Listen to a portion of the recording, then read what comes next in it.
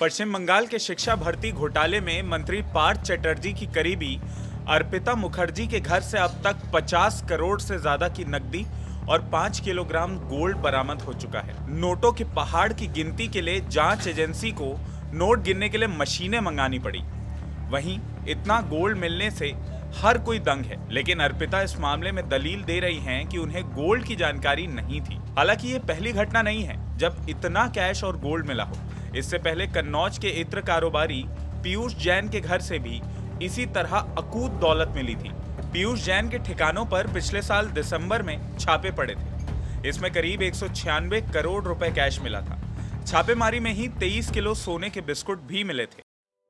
ऐसे में अब सवाल ये उठ रहा है कि लोग अपने घर में कितना गोल्ड और कैश रख सकते हैं, इसकी लिमिट क्या है, और अगर आप भी कैश और गोल्ड रखने के शौकीन हैं तो ये जान लीजिए कि लिमिट से ज्यादा नकदी और सोना रखना आपको भारी पड़ सकता है। देश में पहले गोल्ड कंट्रोल एक्ट 1968 लागू था, जो निश्चित मात्रा से ज्यादा सोना रखने पर निगरानी करता था, लेकिन इसे जून 1990 में खत्म कर दिया गया था। लेकिन मौजूदा समय में घर पर गोल्ड रखने की कोई लिमिट नहीं है, बशर्ते आपको इसका वैलिड सोर्स और प्रूफ देना होगा। लेकिन इनकम का सोर्स बताए बिना घर में गोल्ड रखने की लिमिट तय है। अगर आप इस लिमिट में घर में सोना रखते हैं तो इनकम टैक्स डिपार्टमेंट आपके गोल्ड को जब्त नहीं करेगा।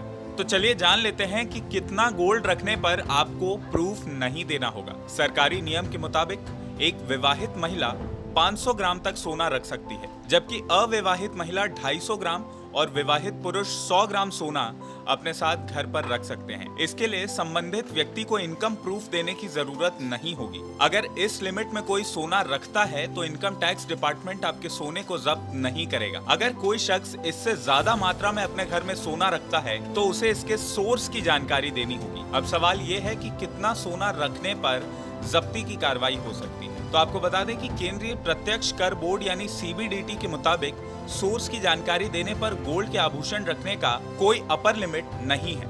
लेकिन इनकम टैक्स एक्ट 1961 के सेक्शन 132 के मुताबिक इनकम टैक्स अधिकारियों के पास ये अथॉरिटी है कि वो लिमिट से ज्यादा ज्वेलरी होने पर उसे जब्त कर सकते हैं। इसके अलावा गिफ्ट में 50,000 रुपए से कम के सोने के आभूषण मिलते हैं या विरासत में ज्वेलरी मिलती है तो ये टैक्स के दायरे में नहीं आते हैं, लेकिन ये साबित करना होगा कि ये गिफ्ट या विरासत में मिला हुआ है। घर पर कैश रखने की भी कोई लिमिट तय नहीं है, लेकिन आपको इस कैश का सोर्स बताना होगा कि आपने किस माध्यम से इस पैसे को कमाया है। नए नियमों के मुताबिक घर में रखे कैश का सोर्स बताना जरूरी है।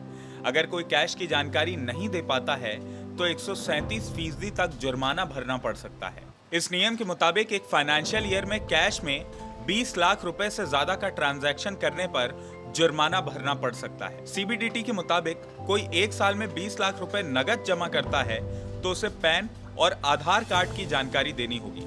ऐसा ना करने पर 20 लाख रुपए तक का जुर्माना देना पड़ सकता है। वहीं 2 लाख रुपए से ज्यादा कैश में खरीदारी नहीं की जा सकती। इसके अलावा आप किसी को कैश में चंदा देते हैं तो इसकी लिमिट भी 2000 रुपए तय कर दी गई है। इनकम टैक्स एक्ट 1961 के सेक्शन 269 SS के मुताबिक कोई भी व्यक्ति किसी दूसरे व्यक्ति से 20,000 से ज्यादा का लोन नकद में नहीं ले सकता है। बैंक से 2 करोड़ रुपए से ज्यादा कैश निकालने पर TDS लगेगा। तो उम्मीद है आपको कैश और सोने को घर में रखने और इससे जुड़ी सारी जानकारियों के बारे में विस्तार से नॉलेज मिल गई होगी। अगर इससे जुड़ा आपका कोई और सवाल है तो आप हमें कमेंट करके जरूर पूछें। अगर आपको ये वीडियो पसंद आया हो तो इसे लाइक और शेयर करना ना भूलें और IBC 24 के YouTube चैनल खबर विभाग को जरूर सब्सक्राइब करें। नमस्कार।